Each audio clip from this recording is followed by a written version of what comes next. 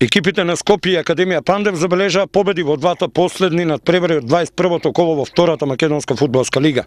Академија Пандев им се врати на победите во второлигашка конкуренција откако на домашен терен со убедливи 4-0 го словала тимот на Вардар Неготино, додека Скопје со 2-0 го доби Тиквеш од Кавадарци. Очекувано Пандевци ја потврдија фаворитската улога и го надигра противникот во надпревар кој имаше големо емотивно значење, кој беше посветен на прерано загинатиот фудбалер од младинскиот погон на тимот Филип Лазарески. 2 гола во мрежата на неготинчани постигна Зоран Балдовалије во 40-та и 62-та, а потоа уште 2 пати погоди Драган Начевски за конечни 4-0. На вториот надпревар екипата на Скопје со 2-0 славеше на Тиквеш.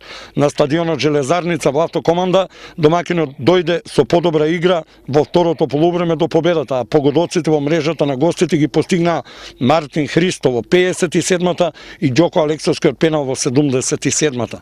Следното коло од втората лига се игра на 22 април.